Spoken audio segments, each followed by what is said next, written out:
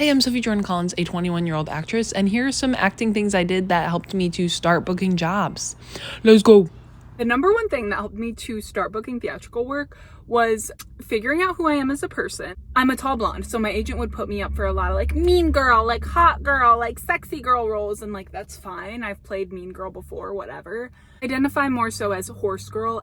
She was putting me up for like Angelina Jolie type roles. After about like my first year with my theatrical agent, we kind of regrouped and we talked a little bit more about it, and she's like, no, you're definitely more girl next door. When she started pitching me more hardcore for those roles, I started booking a lot more theatrical work. Of course, we're actors. You can act, you can play everything. Some people play serial killers. Obviously, they probably, hopefully don't resonate with that, but know your essence and know what you're comfortable with and really pitch yourself for the roles that you're right for and that you're comfortable with. One of the number one things that leads to bookings, you are the character. Like, it's just your essence, it's your vibe. And so the more you know yourself, the more you know your vibe, the more you know your essence, the more you know the things that tick you off, the things that rile you up. Literally, as an actor, it's your job to embody the character. So knowing what traits you bring to that character.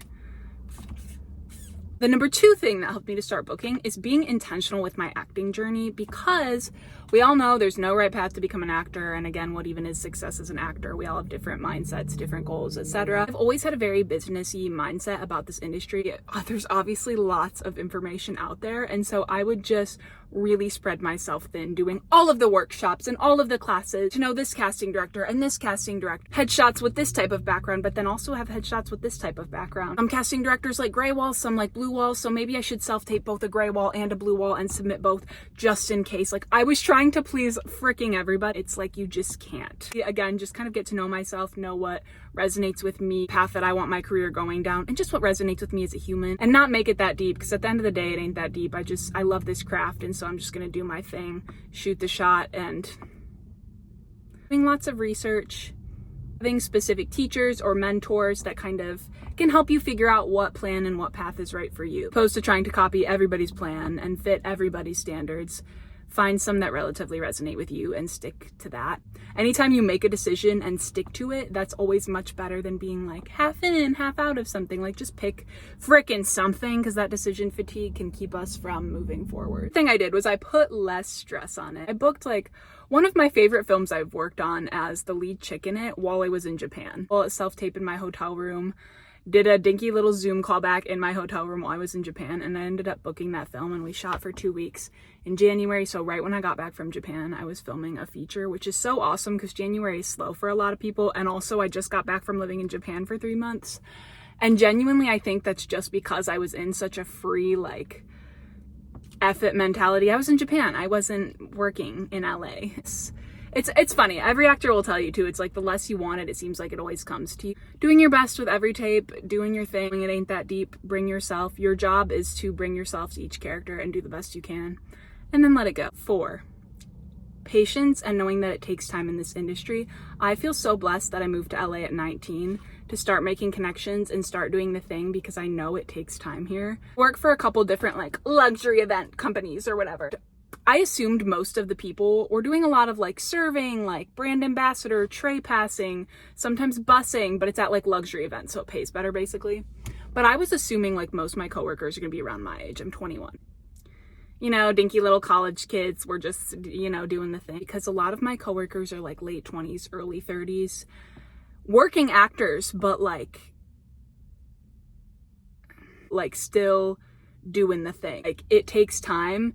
And it's a journey, and and for some people, it's always going to be like that. Like, they're always going to have to do those types of side jobs along with their acting career. And knowing that where I want to get in my career takes time, so just trusting them. Just literally every day I remind myself, it's a marathon, not a sprint. And I want to remind you, if you're an actor and you feel like you're behind, things take time, and divine timing is everything, and you don't want to rush it. You want your time to come when your time is meant to come. And if you're doing all the right things and working hard, it will come, and it will come in due time, if you're faithful to the process and the journey. So I just remind myself of that all the time. So I'm just like, God's timing, God's will.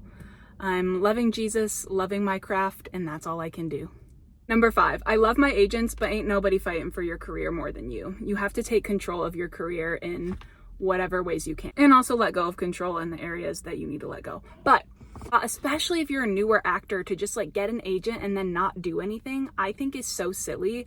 I think you should have a really open discussion when meeting with agents, if you don't have one, about still self-submitting. And I think a lot of agents are open to it, especially if you tell them if you book, you're going to give them a cut. I have an agent that does that, where I just tell them when I book stuff on my own, which I do a lot, and I just give them a cut of it and they're fine. Even if you're on the same websites that your agents are on, you just know yourself so much more than your agent, and you don't see all the submissions the agents see, but you do see some of them, and you just know yourself so well that you can pitch yourself better than your agent sometimes.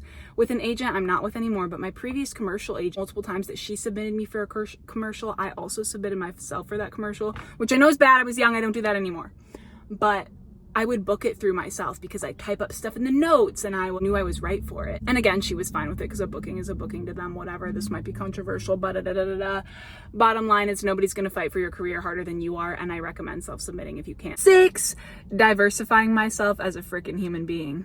Getting out there and doing things, especially when you're in LA. Freaking everybody is in the industry in some capacity out here. Like, ain't nobody moved to LA just to like move to LA.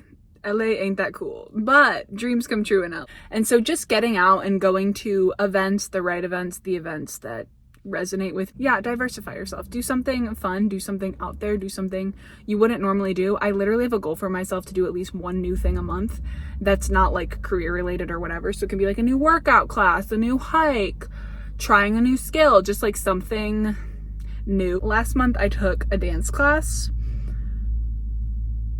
I'm not going to be taking another dance class at this place, but it was fun. It was character building. I think there are a lot of actors in LA that just like go to work and do acting classes and do self-tapes in their room, but feel like they're never booking or just not feeling fulfilled or any of the things. And I think a big part of it is that they don't have a life outside of it. And also like acting so that way you have life to bring to your acting. So yeah.